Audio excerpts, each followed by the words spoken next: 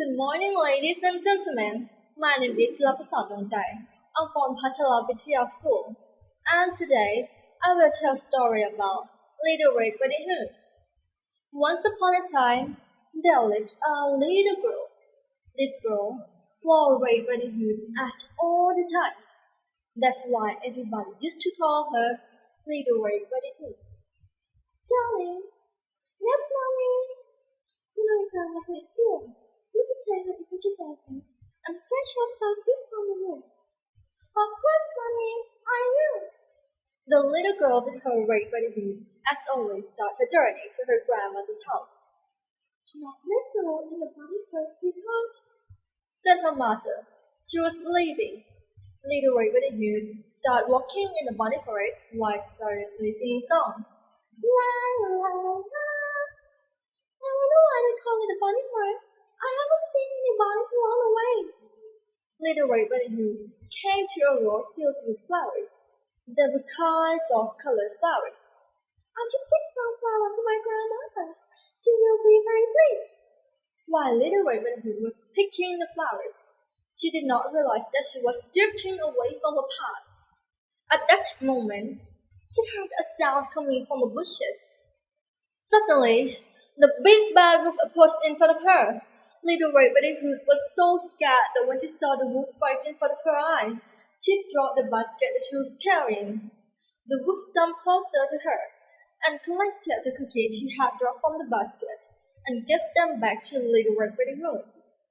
Little Red Riding Hood was amazed by this unexpected gesture from the wolf. Thank you.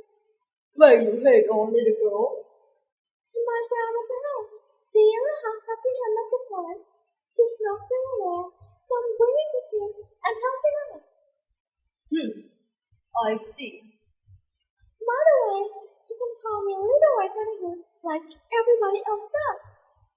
I'll head on person and let your grandmother know that you're on your way, so you can continue picking up your beautiful flowers. Right the moment, he heard a gunshot off his rifle and ran away as fast as he could. Little Red Riding Hood looked around for a moment and started crying, realizing that she was lost. Hearing her crying, the hunter approached and came next to Little Red Riding Hood.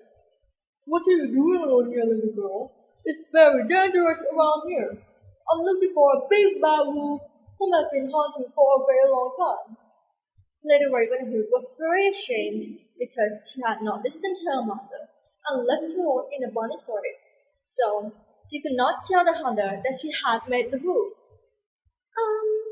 Well, I was bringing cookies to my dear grandmother, living at the end of the forest, and I got lost. Let me bring you to your grandmother's home then. They started walk together, and right then the wolf took a shortcut and quickly made it to the grandmother's house. He knocked on the door, and the grandmother yelled from inside. Who is it? The wolf changed his voice. It's me, grandmother. Little Red Riding Hood. I brought the cookies and fetched her from the woods. The door is open, my dear. You can come in. The wolf smirked and stormed into the open door. When a while later, Little Red Riding Hood and the hunter arrived at the grandmother's house. Go, little girl. Go next to your grandmother's as soon as possible. Thank you, Mr. Hunter. The hunter went back to his way. The Little Red Riding Hood knocked on the door, and the grandmother yelled from inside. Who is it? It's me, Grandma. Little Red Riding Hood. The door is open, my dear. You can come in. Little Red Riding Hood hesitated for a moment because the sound that she heard, this sound a little different than her grandmother. And she then remembered that her grandmother was ill. The grandmother probably sound like this because she's ill. Little Red Riding Hood opened the door and went in. The wolf dresses in the grandmother's clothing, with her nightcap, her glasses, was lying in the bed. He also closed the doors so that it became dark inside, and Little Red Riding Hood could not recognize him. I thank you, darling, for all your trouble, getting all the way here to bring me food. Come next to me. I can give you a hug. Come on, darling. Come closer. Little Raven Hood left the basket on the floor, but she did not get too close to the bed because her grandmother looked different. Why are your eyes so long, grandmother? So that I can hug you better. Why are your ears so big? So that I can hear you better. Why are your eyes so huge? So that I can see you better. Why are your teeth so sharp, grandmother? So that I can eat you better. Ha ha ha! The wolf jumped out of the bed and charged at the Little Red Riding Hood. At that moment, Little Red Riding Hood realized that it was not her grandmother who was lying in the bed, but instead a big bad wolf. She ran into a long way. Help! Help! Help me! The hunter, hearing the Little Red Riding Hood scream, and ran straight to the grandmother's house, stormed into the open door, and caught the wolf immediately. I finally got you, big bad wolf. Now in my hands. The hunter cut the wolf's bellies and rescued the grandmother. Thank you for saving us, Mr. Hunter.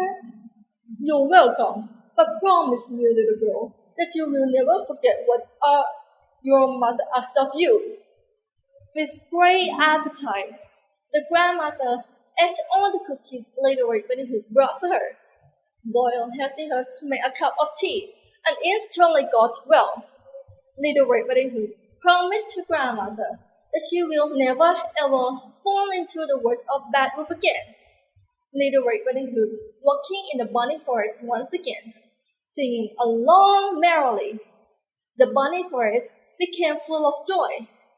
Bunny, flowers, like once before.